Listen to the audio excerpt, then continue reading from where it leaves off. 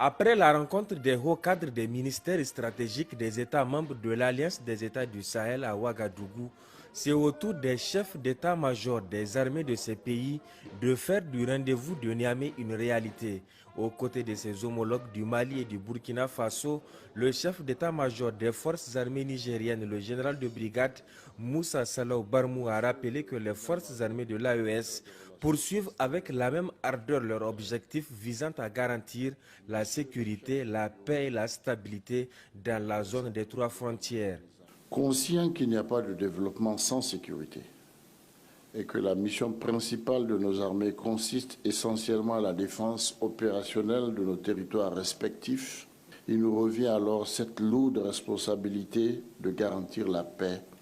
et la stabilité dans nos pays. Les récentes attaques des groupes armés terroristes dans la zone du Liptako-Gourma, et plus particulièrement celles exercées contre les populations civiles, continuent d'endeuiller nos paisibles citoyens.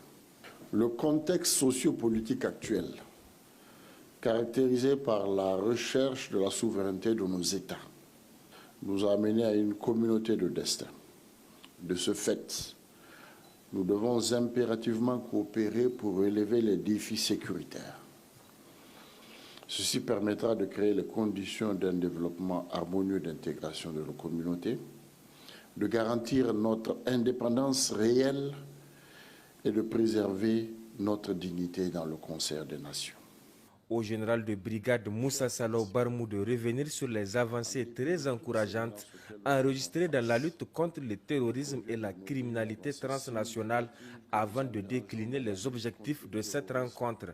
La rencontre d'aujourd'hui servira de plateforme pour examiner les propositions et recommandations faites par les experts et les ministres de nos pays respectifs pour, in fine, aboutir à un schéma de force à générer pour la sécurisation du territoire de l'Alliance des États du Sahel. Je demeure convaincu qu'à l'issue de nos échanges interactifs,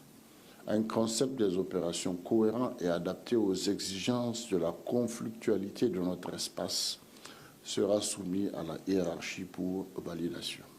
Les chefs d'état-major des pays membres de l'AES, en parfaite coordination avec les différents directeurs et chefs de bureau de leur entité de commandement respective, auront plusieurs séances de travail durant le temps que va durer la rencontre.